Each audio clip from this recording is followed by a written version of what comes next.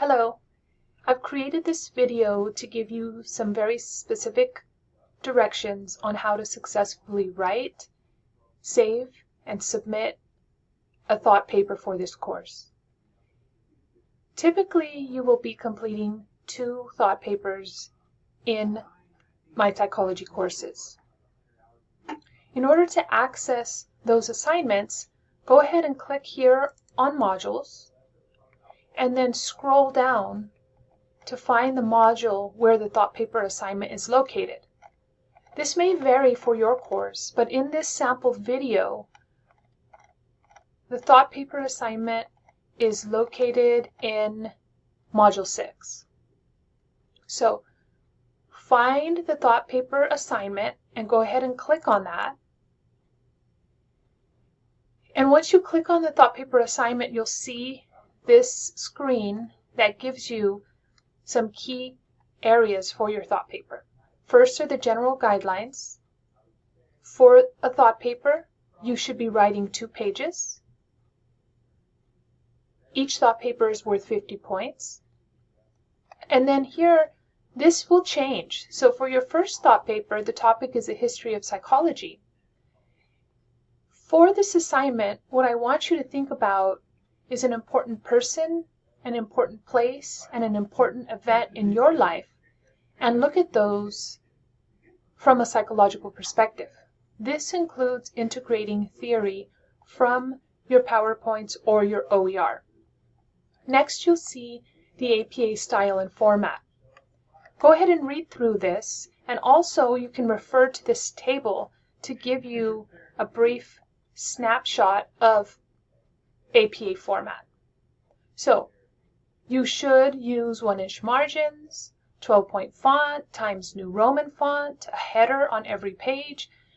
Your thought paper should be double-spaced with black ink, and you should have proper grammar and punctuation. Things you should not do include using slang, abbreviation or obscenities, bold or any color. Never use all caps or informal language, and we also do not use contractions in APA format.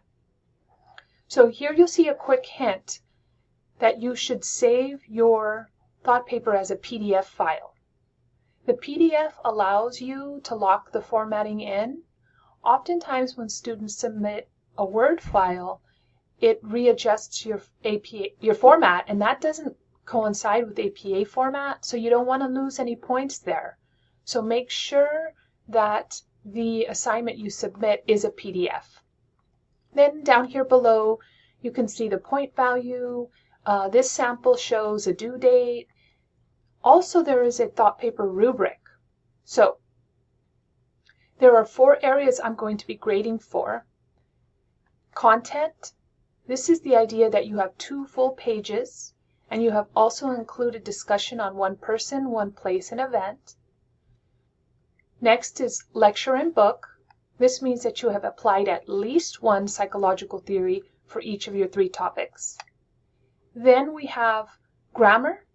This includes professional language, typographical errors. And then lastly is APA format, which again, remember, is shown here up above in the table.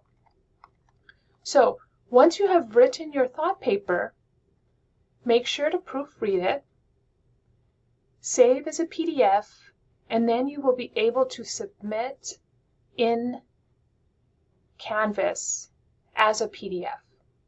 If you have any questions or concerns about your thought paper, you are more than welcome to email me or come see me in my office hours. Additionally, if you are struggling with writing, we also have resources like the Learning Center on campuses where you can have somebody help proofread and provide suggestions for improving your writing. Okay, so I will see you back in the next module instructions. Good luck with completing your thought paper assignment.